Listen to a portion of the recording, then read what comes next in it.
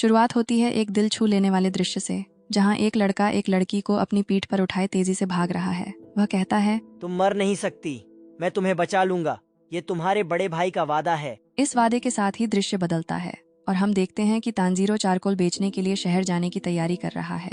उसकी माँ कहती है, इतनी बर्फ में जाने की क्या जरूरत है। लेकिन तांजीरो मुस्कुराते हुए जवाब देता है, नया साल आने वाला है और मैं चाहता हूँ कि इस बार हम खूब सारा खाना खाएं, इसीलिए मुझे जाना ही होगा। उसके छोटे भाई और बहन भी साथ चलने की जिद करते हैं, लेकिन तांजीरो और उसकी माँ के समझाने पर वे मान जाते हैं। तांजीरो अकेले ही निकल पड़ता है। रास्ते में उसकी बहन नेजुको मिलती है, जो कहती है, मैं छोटे भाई को सुला रही थी, नहीं तो वह बहुत रोता। तांजीरो उसे प्यार से देखता है और शहर की ओर बढ़ जाता है। शहर पहुंचकर तांजीरो चारकोल बेचने लगता है। तभी एक लड़का और एक औरत उसके पास आते हैं। लड़का कहता है, तांजीरो प्लीज इसे सूंघकर बताओ कि इसे किसने तोड़ा है। तांजीरो सूंघकर बताता है। इसमें बिल्ली की गंध है। लड़का औरत से कहता है, देखा, मैंने कहा था, मैंने प्लेट नहीं तोड़ी। रात हो जाती है और तांजीरो घर लौटने के लिए निकल पड़ता है। रास्ते में एक बुजुर्ग आदमी उसे रोकता है और कहता है, इस वक्त घर जाना सुरक्षित नहीं है, अंदर आओ, नहीं तो राक्षस आ जाएंगे। तांजीरो उनकी बात मानकर अंदर चला जाता है और खाना खाते हुए पूछता है, राक्षस क्या होते हैं? बुजुर्ग बताते हैं, राक्षस रात को आते हैं और इंसानों को खाते हैं, इसीलिए रात में बाहर घूमना खतरनाक है। तुम यहीं रुक जाओ और सुबह घर जाना। सुबह होते ही तांजीरो घर की ओर चल पड़ता है। जैसे ही वह घर के पास पहुंचता है, उसे खून की गंध आती है। उसका दिल जोर से धड़कने लगता है और वह तेजी से भागता हुआ घर पहुंचता है। वहां का दृश्य देखकर उसका दिल टूट जाता है। उसके परिवार के सभी सदस्य मारे गए होते हैं। वह टूटे हुए मन से सोचता है, ये किसने किया? तभी उसकी नजर नेजुको पर पड़ती है, जो अभी भी जीवित होती है। तांजीरो उसे अपनी पीठ पर उठाकर अस्पताल की ओर भागता है। भागते भागते तांजीरो थक जाता है और ठंड की वजह से उसकी सांसें भारी हो जाती हैं। अचानक नेजुको राक्षस में बदलने लगती है और वे दोनों पहाड़ी से नीचे गिर जाते हैं। बर्फ की वजह से वे बच जाते हैं।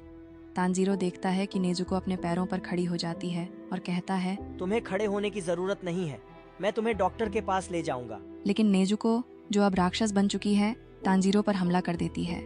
तांजीरो अपने आप को बचाने के लिए अपनी कुल्हाड़ी की लकड़ी उसके मुंह में फंसा देता है। नेजुको तांजीरो पर हावी हो जाती है। तांजीरो भावुक होकर कहता है, मुझे माफ करना, जब तुम मर रहे थे मैं सो रहा था, मैं किसी को नहीं बचा सका, पर मैं तुम्हें जरूर बचाऊंगा। हिम्मत रखो, तुम राक्षस नहीं बन सकती। नेजुको की आंखों से आंसू बहने लगते हैं। अचानक एक लड़का तलवार से नेजुको पर हमला करता है, पर तांजीरो उसे बचा लेता है।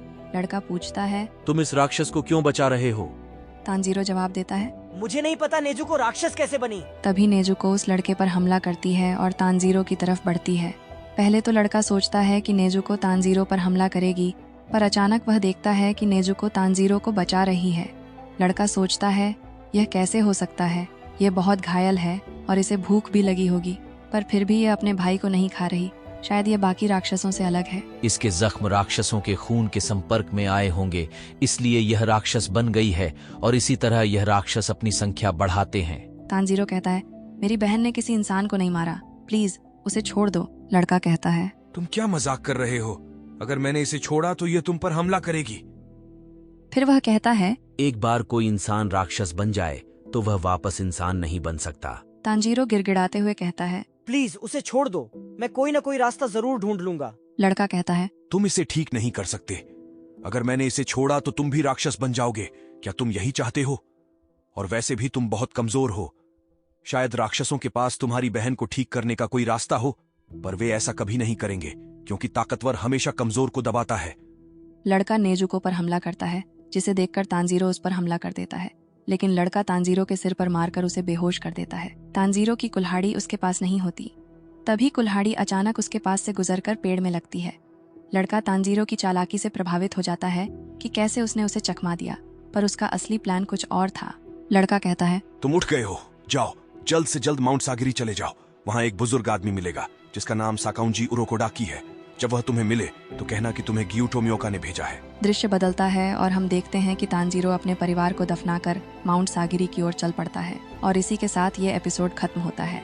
अगर आपको ये एपिसोड पसंद आया हो तो प्लीज़ हमारे नए चैनल को सब्सक्राइब करें और बेल आइकन दबाएं, ताकि आपको हमारे अगले वीडियो की नोटिफिकेशन सबसे पहले मिले। Bye bye.